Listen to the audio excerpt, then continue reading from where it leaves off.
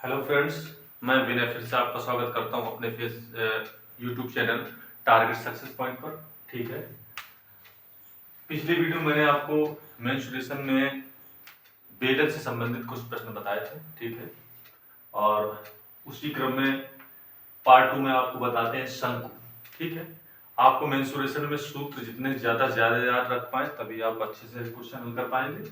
ठीक है, आप फॉर्मूले जितने उनको कंठस्थ करना है। ठीक है, तो इसी क्रम में आगे देखते हैं शंकु। ये है शंकु, ऊंचाई दी है h, ये जो l है, ये लंबाई, ये तिर्यक लंबाई दी है। ठीक है, और ये r त्रिज्या है। तो शंकु का वक्र पृष्ठ हो गया पाई आर एल।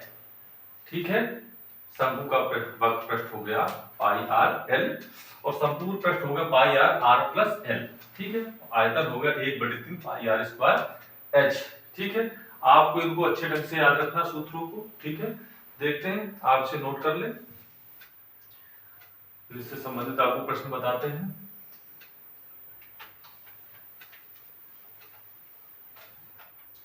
देख लेते हैं एग्जाम्पल। एक लंब वृत्तीय शंकु के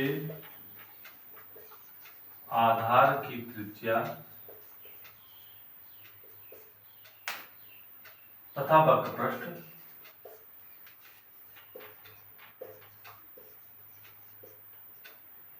पृष्ठ क्रमशः 3 सेंटीमीटर तथा 15 पाई घन सेंटीमीटर क्यूब लिख सकते हैं। तो शंकु की ऊर्ध्वाधर ऊंचाई बताइए। तो शंकु की ऊर्ध्वाधर ऊंचाई बताइए। ठीक है, देखो ये शंकु दिया है। ठीक है, ये ऊंचाई h दी है। ठीक है, कह रहा दोस्तों शंकु की ऊर्ध्वाधर ऊंचाई, ऊर्ध्वाधर मतलब जो लंबवत ऊंचाई h पूछ रहा है। ठीक है, कभी कभी पूछ देता है तिर्यक ऊंचाई बताइए, तो तिर्यक ऊंचाई l हो गया। ठीक है, तो मैंने आपको बताया है, कह रहा शंकु की त्रिज्या तथा वक्र पृष्ठ। तो शंकु का वक्र पृष्ठ क्या होता है? शंकु का वक्र पृष्ठ हो गया जाके पाई आर एल। ठीक है, पाई आर एल। तो वक्र पृष्ठ आपका कितना दिया है? 15 पाई बराबर पाई इंटू आर। आर क्या है? त्रिज्या। त्रिज्या कितना दी है आपकी? 3 सेंटीमीटर और एल। ठीक है, देखिए दोस्तों, पाई से पाई कट गया। ठीक है, 3 25 15, एल बराबर 5। ये आपका आंसर नहीं दोस्तों। ठीक है, ये आपका आंसर नहीं है। ये क्या निकला? एल, तिर्यक ऊंचाई निकली है। ठीक है, हमें पूछ रहा है ये एच, हमें एच निकालना है। ठीक है, तो आपने दोस्तों पाइथागोरस प्रमेय जरूर पढ़ी होगी। ठीक है, ये आपका कर्ण हो गया, ये आधार हो गया, ये आपका हो गया लंब। ठीक है, तो लंब क्या इसमें दिया? ये देखिए संपूर्ण त्रिभुज बन रहा है ना ये, तो लंबाई क्या दी है? एच, एल और आर। ठीक है, एल आपका कितना निकल आया? 5। आर आपका कितना दिया है? 3 सेंटीमीटर। ठीक है, तो पाइथागोरस प्रमेय होती कर्ण का वर्ग बराबर लंब वर्ग धन आधार का वर्ग। ठीक है, कर्ण आपका दिया है 5 का वर्ग बराबर लंब दिया है एच, एच का वर्ग प्लस 3 का 9, 3 का वर्ग। ठीक है, तो इसे हम सॉल्व करें। 3 3 का 9, 5 25, 9 इधर लाएंगे, 25 में 9 पे कितना बचा? 16। तो h स्क्वायर बराबर 16, तो h बराबर आपका हो गया 4। ठीक है दोस्तों, इसे हम इधर सॉल्व करके दिखाते हैं आपको, उधर आपको समझ में नहीं आ रहा होगा, तो इसे देख लेते हैं।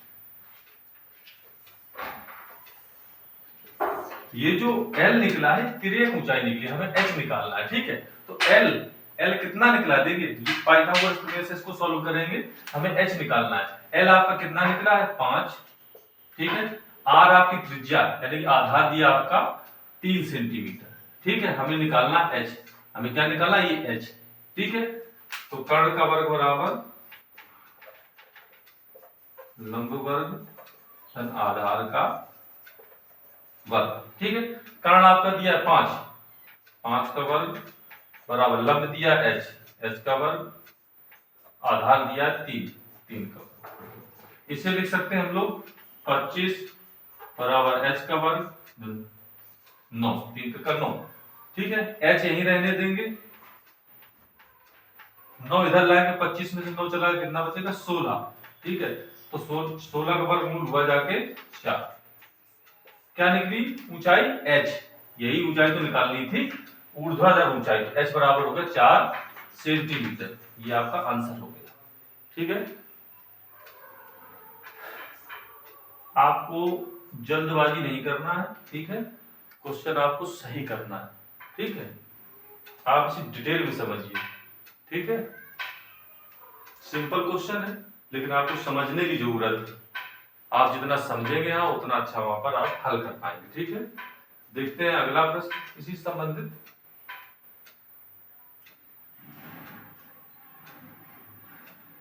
आपका आंसर होगा h बराबर 4 सेंटीमीटर।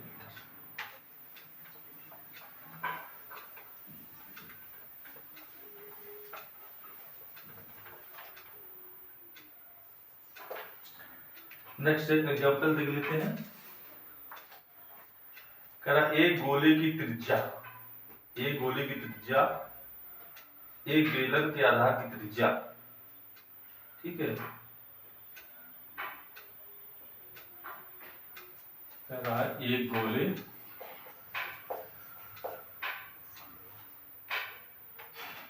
की त्रिज्या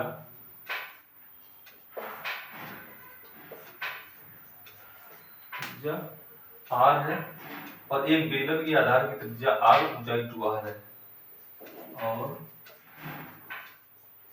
एक बेलन के आधार की त्रिज्या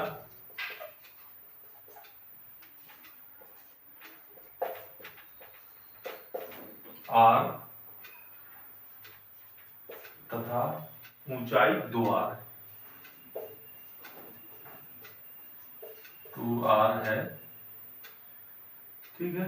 गोले और बेलन के आयतनों का अनुपात क्या होगा? गोले और बेलन के आयतनों का अनुपात क्या होगा? बेलन के का अनुपात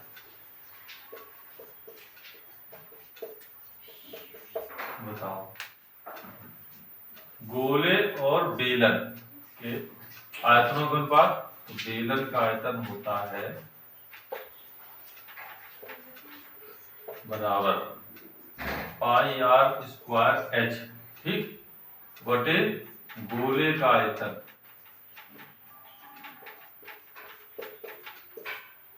4/3 पाई आर क्यूब, ठीक है। पाई से पाई कट गया, ठीक है।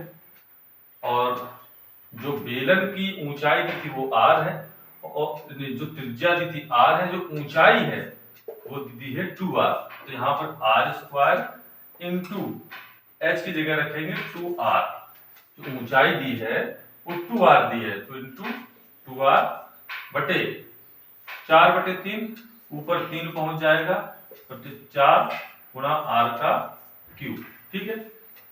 गुणा में घातें जुड़ जाती हैं, तो इसको हम लिख सकते हैं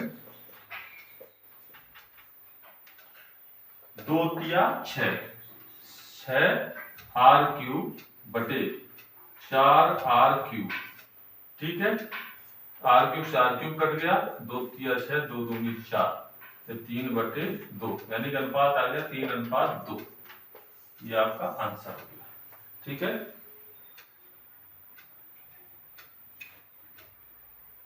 देखिए दोस्तों, ये आयतन किसका है? बेलन और गोले, बेलन और बेलन के आयतन का गोले के आयतन का अनुपात है। है। ठीक है, ये पूछा गोले और बेलन के आयतन का अनुपात, तो ये होगा आंसर आपका, इसका जस्ट उल्टा करते हैं 2:3। ठीक है दोस्तों, ये याद रखना है। ठीक है, इस चीज को याद रखना है। ये हम ये बेलन का और गोले का आयतन का अनुपात है, लेकिन ये उल्टा जस्ट आंसर आएगा 2:3। गोले और बेलन का आयतन, ये बेलन और बटे गोले का आयतन का अनुपात है। ठीक है, ये गोले और बटे बेलन का आयतन का अनुपात। ठीक है, आंसर आपका आ जाएगा 2:3। ठीक है, ये याद रखना है कि किसका अनुपात पूछ रहा है, बेलन के आयतन का गोले के आयतन का अनुपात पूछ रहा है कि गोले के आयतन और बेलन के आयतन का अनुपात। यदि यहाँ होता बेलन और गोले का आयतन का अनुपात बताइए तो आपका होता 3:2। या पूछो गोले और बेलन का आयतन, तो गोले का आयतन नीचे है तो बेलन का आयतन ऊपर, तो उल्टा कर देंगे 2:3। गोले और बेलन का आयतन 2:3। ठीक है, ये चीज याद रखना है। अनुपात किसका पूछ रहा है, गोले और बेलन का आयतन। ठीक है, तो गोले का आयतन ऊपर होगा, बेलन का आयतन नीचे होगा। ठीक है, और बेलन और गोले का आयतन पूछ देता तो बेलन का आयतन ऊपर होता, गोले का आयतन नीचे होता। तो ये बेलन और गोले का आयतन है, ये गोले और बेलन का आयतन। ठीक है, इसे लिख सकते हैं गोले का आयतन बटे बेलन का आयतन। ठीक है, ये आपका आंसर हो गया। सिंपल क्वेश्चन है, बस इसे समझने की जरूरत है, परेशान होने की जरूरत नहीं। ठीक है, नोट कर सकते हैं आप इसे।